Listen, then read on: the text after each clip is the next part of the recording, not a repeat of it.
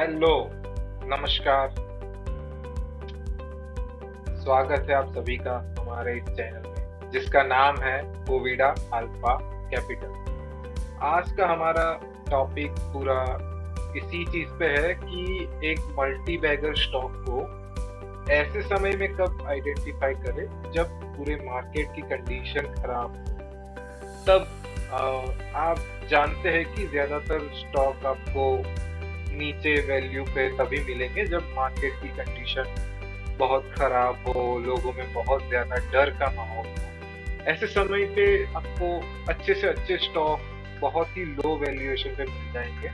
हमारा आज का मोटिव यही है कि आपको क्या चीजें कैसे आइडेंटिफाई करें कि आने वाले समय में यही स्टॉक एक अच्छा स्टॉक साबित हो।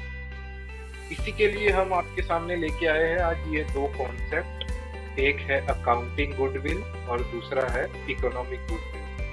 ठीक है, तो आइए इस पे ही डिस्कशन शुरू करते हैं। तो अकाउंटिंग गुडविल मैं एक जनरल टर्म में आपको समझा देना चाहता हूँ। मान लीजिए कि आप खुद एक बिजनेस चला रहे हैं, आपके बिजनेस की वैल्यू है अच्छी खासी है, बट अब आप अपने बिजनेस को एक अच्छे ग्रोथ पे लेके जाना चाहते हैं। अल्टीमेटली शेयर होल्डर को भी यही चाहिए कि ये कंपनी में ग्रोथ होती रहनी चाहिए। तो आपको एक दूसरी कंपनी दिखी, आपने देखा कि इस कंपनी के पास कोई अच्छी ब्रांड वैल्यू है या कोई ऐसी मशीनरी है या कुछ ऐसा है जिसकी कीमत अभी तो 100 करोड़ है, लेकिन मैं इसको 130 करोड़ भी दूंगा तो भी मुझे इसका बेनिफिट फ्यूचर में मिल जाए। तो इसकी वजह से मैं इसको 130 करोड़ का प्रीमियम देने के लिए तैयार हूं। तो आपने उसको 130 करोड़ रुपए दे दिए, वो कंपनी अक्वायर कर ली, बट कंपनी के पास एसेट तो 100 करोड़ के ही है। तो क्या करेंगे ऐसी सिचुएशन में? तो ऐसी सिचुएशन में अकाउंटिंग गुडविल आपकी जनरेट होती है। और ये अकाउंटिंग गुडविल आप ऐसे अकाउंटिंग गुडविल तो नहीं, बट ऐसे गुडविल के तौर पे आप अपनी बैलेंस शीट में इसको दिखाना पड़ता है कि मैंने इसका 30 करोड़ रुपीस प्रीमियम दिया है, तो ये मैंने गुडविल ली है उस कंपनी से और जिसका बेनिफिट मुझे आने वाले समय में होगा 2 3 4 5 साल के बाद। तो इस पे जैसे ही आपने गुडविल अपनी बैलेंस शीट पे दिखाई, तो आपको अपनी बैलेंस शीट पे उसका एमोटाइजेशन चार्ज करना पड़ता है। अब एमोटाइजेशन चार्ज उस केस में करना पड़ता है जब उस गुडविल की आपको पता है कि आने वाले 10 साल तक ही उसकी कीमत रहने वाली है, तो ही आप उस पे एमोटाइजेशन लगा सकते हो। अगर उसकी वैल्यू आप किसी ऐसे नंबर ऑफ इयर्स में डिफाइन नहीं कर सकते, तो उस पे आपको इम्पेयरमेंट लॉस हर साल चेक करना पड़ेगा कि जो मैं उससे कैश फ्लो एक्सपेक्ट कर रहा हूँ कि आने वाले समय में ये मुझे इतना कैश जनरेट करके देगी, वो सही है कि नहीं। अगर उसकी वैल्यू इनफाइनाइट, अगर फाइनाइट है तो आपको एमोटाइजेशन लगाना ही पड़ेगा। तो ये डिफरेंस होता है। अगर आप उसके नंबर ऑफ इयर्स जानते हैं तो वो फाइनाइट है, अगर वो नहीं जानते तो वो इनफाइनाइट हो जाता है। तो ये तो बात हो गई अकाउंटिंग गुड। अब आती है इकोनॉमिक गुड। इकोनॉमिक गुडविल एक बहुत ही पावरफुल कॉन्सेप्ट है जो हमें वॉरेन बफेट ने समझाया था 1983 के उनके शेयर होल्डर लेटर्स में। उन्होंने हमें ये समझाया था कि आप एक बिजनेस को उसकी ब्रांड वैल्यू क्या है, उसके कस्टमर का उसके ऊपर ट्रस्ट क्या है, उसके पास ऐसी कोई टेक्नोलॉजी या ऐसी कोई मशीनरी या ऐसा कुछ भी है जिससे उसको एक लंबे समय तक एक ऐसा एडवांटेज रहने वाला है जिससे आपको वो higher and higher cash flow generate करके देंगे, अच्छे प्रॉफिट जनरेट करके देंगे शेयर होल्डर के। आपको ये ढूंढना है कि उसका मोड क्या है, उसकी ब्रांड वैल्यू क्या है, अपने कस्टमर के अंदर उसका कैसी एक इमेज है, एक रेप्यूटेशन है, उसकी स्ट्रेंथ क्या है, क्या बैरियर्स है, कोई उसका प्रोडक्ट कॉपी नहीं कर सकता कि नहीं। उसके अंदर मतलब आगे कैसे आपको वो एनालिसिस करना है वो हम बताएंगे, उसका आप चिंता मत कीजिए।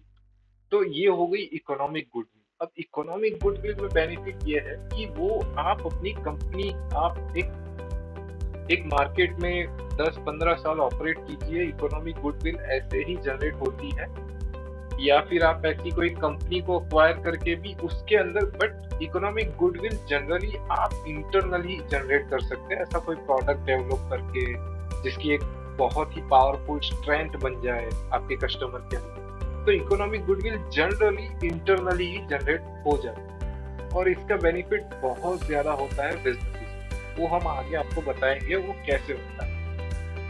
और इसकी सबसे अच्छी चीज ये है कि आपकी इकोनॉमिक गुडविल, जैसे कि मैंने आपको बताया कि आपको इंटरनली ही जनरेट होती है, तो उसकी वजह से आपको ये इकोनॉमिक गुडविल बैलेंस शीट पे तो नहीं दिखानी है। अब ये बैलेंस शीट पे नहीं है तो उसकी वजह से आपको इस पे ना कोई एमोर्टाइजेशन चार्ज करना है, ना कोई इम्पेयरमेंट लॉस लेना है अपनी इनकम स्टेटमेंट पे ही। तो ये आपके प्रॉफिट एंड लॉस पे तो कोई मतलब इम्पैक्ट आने ही नहीं है। अकाउंटिंग गुडविल तो पूरा इम्पैक्ट आने देता है। तो यही डिफरेंस है।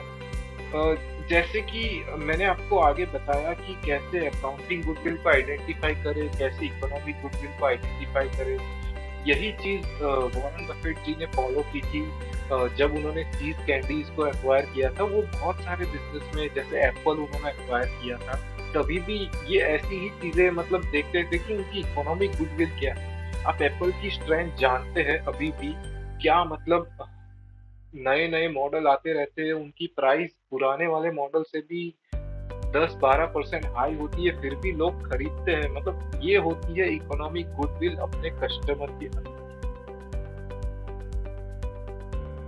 ये चीज हम ऑलरेडी डिस्कस कर चुके हैं। ये मुझे आपको सबसे इम्पोर्टेंट बात बतानी है कि इकोनॉमिक गुडविल कैसे पहचान। इकोनॉमिक गुडविल पहचानने का सबसे आसान तरीका है उसके नंबर ऑफ यूनिट्स में कितना ग्रोथ हो रहा है।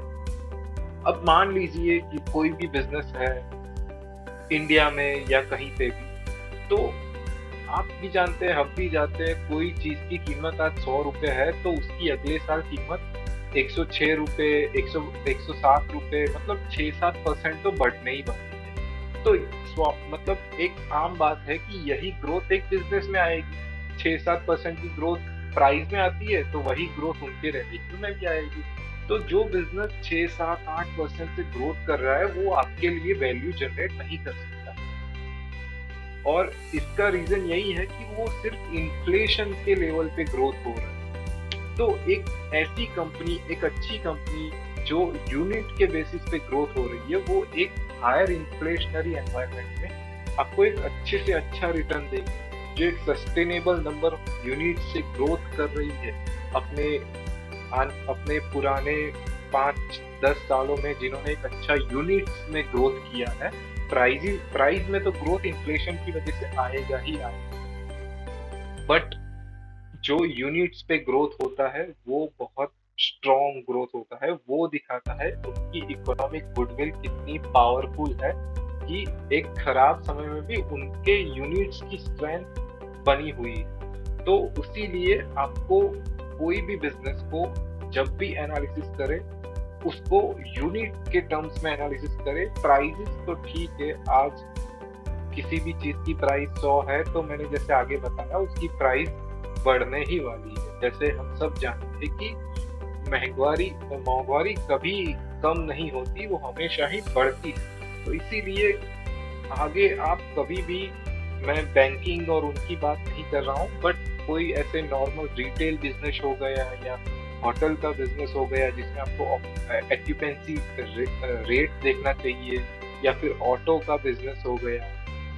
कोई भी ऐसे जिसमें आप यूनिट आइडेंटिफाई कर सके, केमिकल्स का बिजनेस हो गया तो उसको यूनिट वाइज, केजी वाइज या सब्सक्राइबर के बेसिस पे, उसके बेसिस पे जज कीजिए, ना कि उनके शो मतलब प्योर ऐसे मतलब ठीक है रेवेन्यू आपने देख लिया कि इसका 10-12% का ग्रोथ है, चलो ले लेते हैं, बट वो ग्रोथ इन्फ्लेशन की वजह से भी आ सकता है, बट यूनिट्स में ग्रोथ इन्फ्लेशन की वजह से नहीं आ सकता। इसीलिए आपको हमेशा एक बिजनेस को यूनिट के बेसिस पे ही आइडेंटिफाई करना चाहिए। एक मल्टी बैगर स्टॉक, आपको अच्छे से अच्छा रिटर्न देने वाला स्टॉक यूनिट के बेसिस पे अच्छी तरह से ग्रोथ हो रहा होगा, ना कि प्राइस के बेसिस पे।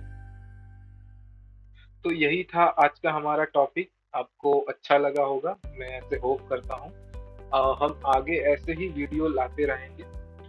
हमारे चैनल को सपोर्ट कीजिए, हमारा चैनल नया है, सब्सक्राइब कीजिए, इसको ज़्यादा से ज़्यादा लोगों के साथ शेयर कीजिए। अगर आपको ये टॉपिक यूज़फुल लगता है, मैं आगे ऐसी पूरी प्लेलिस्ट लाने वाला हूँ कि एक इनकम स्टेटमेंट, एक बैलेंस शीट को कैसे एनालिसिस करें, उसको एक ब्रॉडर व्यू में। मैं उतना डिटेल में तो नहीं जाऊँगा, लेकिन एक कॉमन मैन अपने एक 10-15 मिनट में कैसे एक इनकम स्टेटमेंट को देख सकता है, मैं ऐसे वीडियोज़ आगे लाने वाला हूँ। So thank you so much.